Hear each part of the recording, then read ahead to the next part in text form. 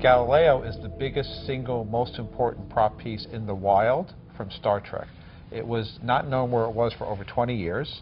It is the most important thing available out there, and as someone who's in this business, my partner and I, Alec Peters, went ahead and tried to go get it at auction when it came available, and then when you have it at auction, well, you have to restore it such that it's visible.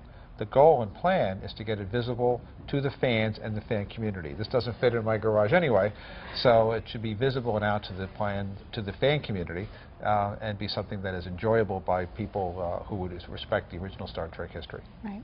And what kind of shape was it in when you first found it, when it came up for auction? Well, we saw some pictures, but had no opportunity to see it. It was in Ohio, and the truth is it was not in good shape. In fact, it was in terrible shape.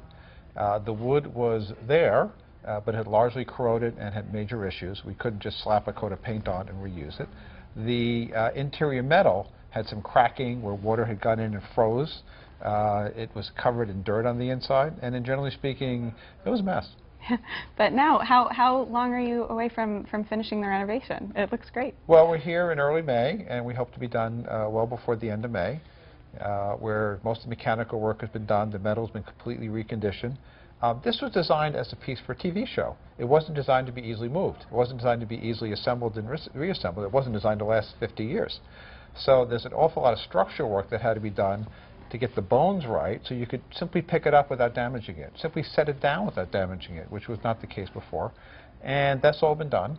We're down to largely the last finishing touches cosmetically, fiberglass and paint, and as you may have seen, the lettering. Can you tell us where you're going to be placing it once it's all finished? Well, I'm a management consultant, and I sent out a request for proposal to a dozen different organizations back in the beginning of this year, because we didn't know where it was going to go either. We're very near the end of final negotiations. We believe it'll end up at the NASA Visitor Center in Houston, Space Center Houston, as an indoor display available for their many visitors. They get over 700,000 visitors a year, and we're just in the edge of wrapping that all up. Is that sort of the ideal place for you to have it?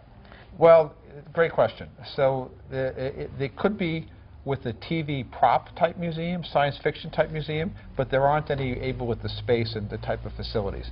When we thought about it, the big tie of this vehicle, this is the first shuttle. This is the reason it was named the shuttle, the one that flew.